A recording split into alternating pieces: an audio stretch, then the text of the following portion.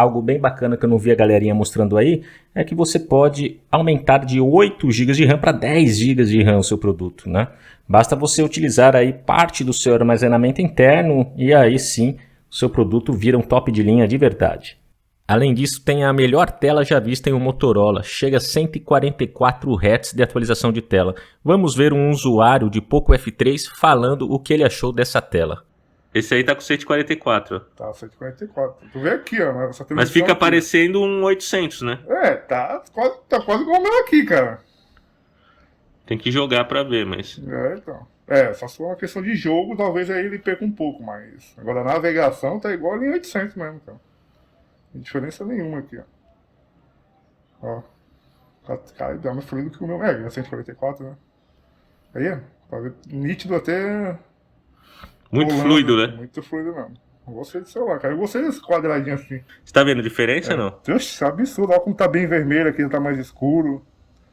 Fora a iluminação. Achou que no máximo... No máximo... Os dois no máximo... O Motorola tá na frente. Surpreendeu essa tela da Motorola, né? Surpreendeu mesmo, com certeza.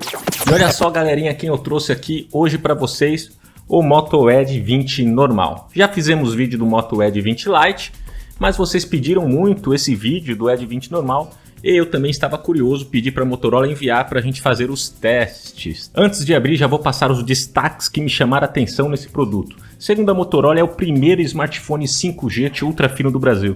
E na verdade ele é focado em design, galera. Então design é um ponto muito positivo desse produto. Ele tem apenas 6,99 mm de espessura, 76,1 mm de largura e altura de 163,4 mm. Muito compacto mesmo, talvez a grande maioria da nossa audiência já esteja acostumada com esses novos smartphones grandões, parrudos, né? Que cabem no bolso, mas fica aquela coisa assim, cabe no bolso, mas não cabe mais nada. Mas tem um amigo meu em especial, o Gilbert, que odeia smartphone grande e pesado, então ele tem a opção aí de ter o Motorola Edge 20 com apenas 163 gramas. Primeiro destaque. O segundo destaque desse produto que eu gostaria de falar para vocês, pessoal, é a tela. Ela tem suporte HDR+, é um POLED, né? É um polímero com Gorilla Glass 3 para resistência a riscos, né? Eventuais quebras. Tem taxa de atualização de 140 Hz. Então, para você que gosta de jogar, é uma boa, é bacana. 144 Hz vai deixar seu jogo mais fluido para aqueles games que são compatíveis. E tem aquela proporção mais fina, mais espiga de milho, 20:9, muito presente nos smartphones da Motorola.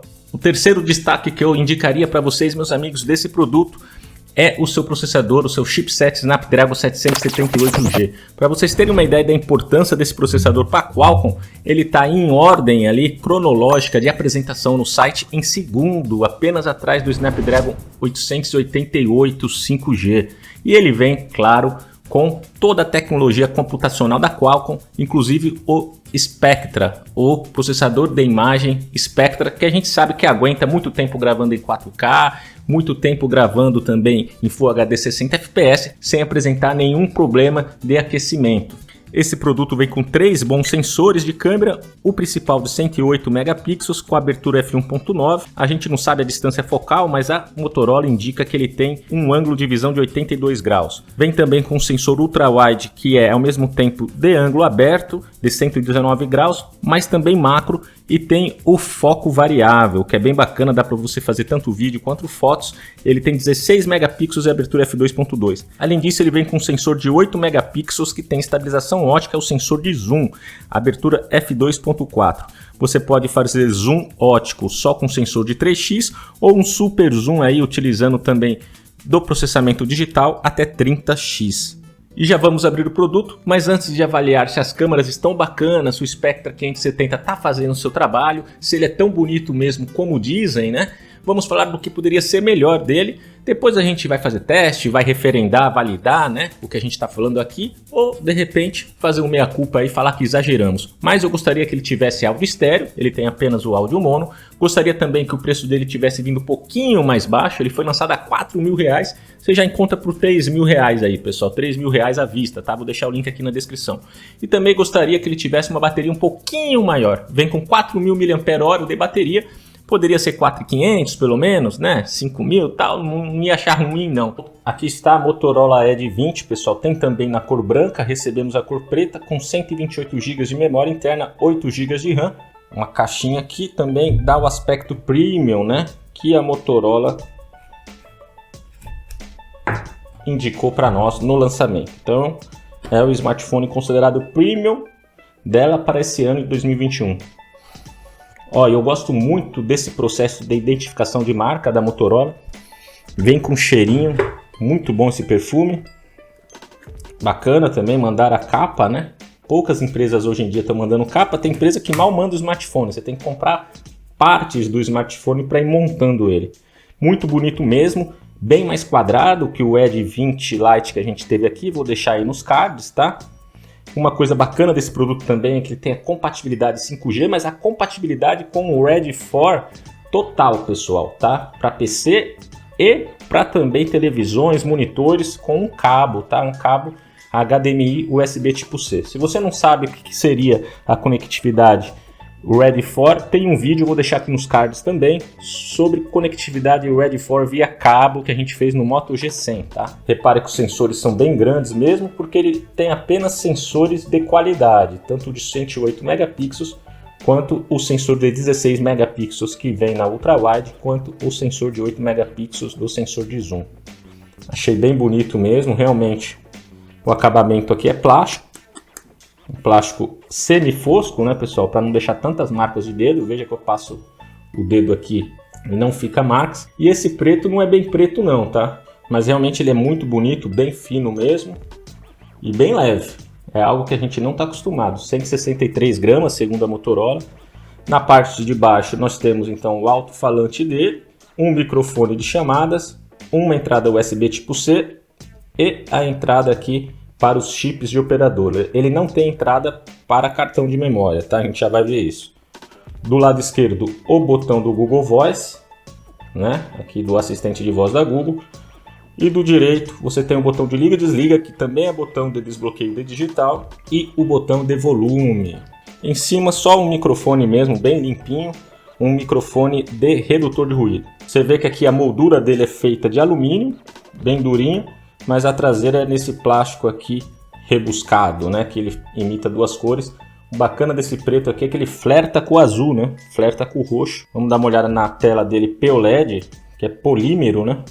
Aqui dentro você tem os manuais desse primeiro compartimento, juntamente aqui com a ferramenta de remoção do SIM. A gente já vai ver aqui, ó, que ele não tem entrada mesmo, como eu tinha falado, para cartão de memória. Mas você pode utilizá-lo com 2 chips de operadora, tá? O bacana é que vem uma borrachinha aqui, ó, pessoal. Ele tem uma proteção a respingos, não é para você colocar na água, evidente. Mas a gente já vê o cuidado da Motorola aqui com a questão de umidade, né? Vem um adaptador para você utilizar fone de ouvido a cabo, né? Tem gente que prefere fone de ouvido a cabo. Olha aqui. Um cabo bem reforçado com 2 portas USB tipo C. A gente vê que ele é bem grosso, para carregamento rápido mesmo. Um carregador de 30 watts de potência, mais que os 25 watts da Samsung, por exemplo, que vem nos seus smartphones mais caros. E um fone de ouvido intra-auricular. Já não é mais aquele chuveirinho, né, que vem nos smartphones mais baratos da Motorola. É o intra-auricular que eu particularmente prefiro, tá, pessoal? Com borrachinhas. Logo que você liga o aparelho, você já pode configurar o tamanho de letra aqui, ó. Qual o tamanho da fonte você vai querer, né? De repente você prefere uma fonte maior. De repente você prefere uma fonte menor. Você também pode ativar o atalho para ampliação da tela, utilizando 2 dedos para cima. Vamos ver como é que está funcionando, olha lá. Fica mais fácil ler, né, pessoal? Tamanho da exibição aqui, não só o tamanho da fonte você pode aumentar, ó, como a exibição dos itens na tela. Vou deixar aqui no grande, só para ficar diferente e vocês perceberem como você pode configurar. Este recurso aqui inclusive é para quem tem realmente problema de visão, né? E aí você pode ouvir eventualmente o que você clicar.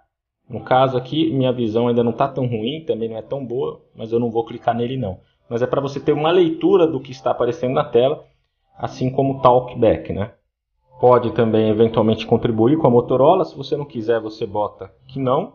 Entrar com a sua conta Google para você conseguir ter acesso às suas fotos, aos seus contatos, inclusive as suas últimas ligações, né? Vamos lá. Você pode optar por não sincronizar também, né? E aqui já está acabando a configuração do Google. Pode fazer backup do Google Drive se quiser, como a gente está testando eu não vou fazer. Utilizar a localização, né? Gasta um pouquinho mais de bateria, permitir busca, enviar dados de diagnóstico.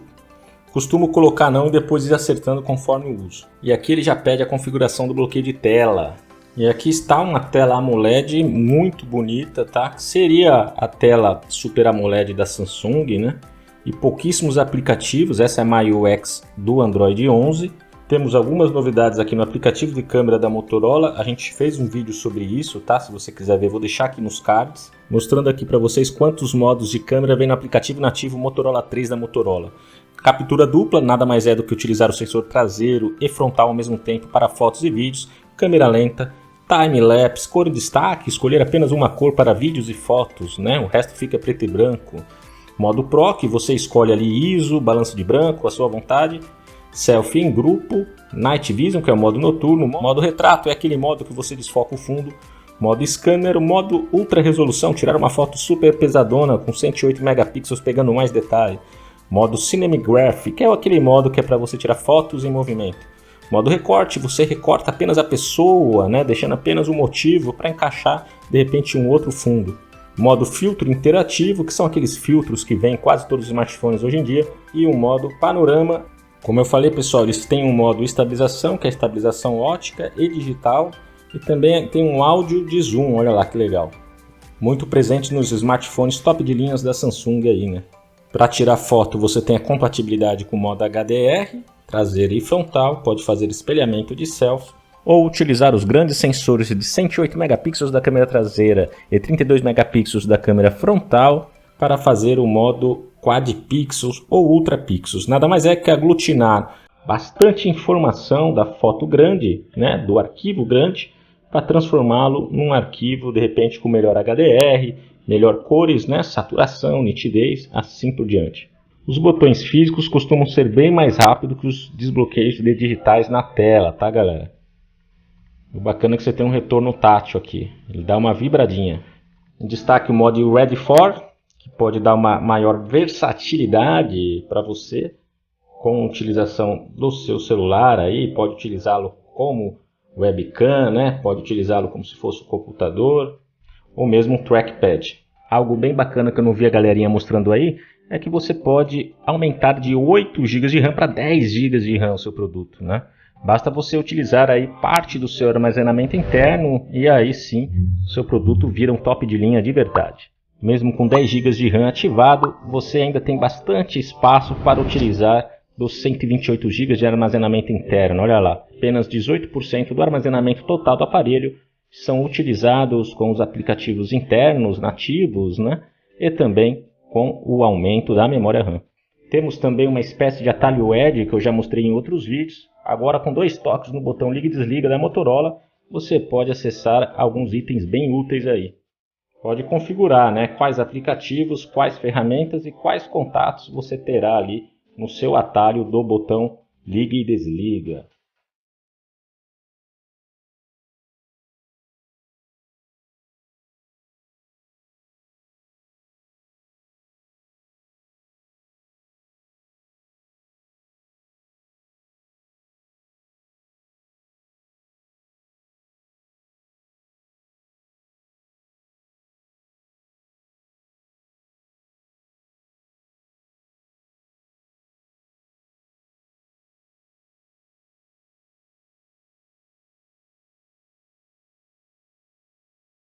Gravando em 4K 30 fps, pessoal, nessa resolução máxima, tá? O zoom dele só vai até 3x. Ele informa que para você fazer um zoom maior aí, você teria que gravar em Full HD. Então, um zoomzinho aqui com 4K, ó, só vai até 3x. Eu não consigo mudar em 4K para nenhum dos outros sensores, mas vamos fazer um videozinho rápido em Full HD 30 fps para mostrar essa alternância de sensores. Vamos só ver aqui como é que está o autofoco dele. Vamos ver. O 4K tá com um autofoco não muito rápido, né? Até porque tem esse sensor enorme. Mas um autofoco que funciona. Vamos ver agora em Full HD. E agora sim, gravando em Full HD 30 fps. Provavelmente nós vamos ter agora aqui funcionando, vamos ver, ó, o sensor wide angle você consegue trocar. E o sensor de zoom você consegue trocar para 3x e vai até 10x, tá? Diferente que em 4K vai só até 3x.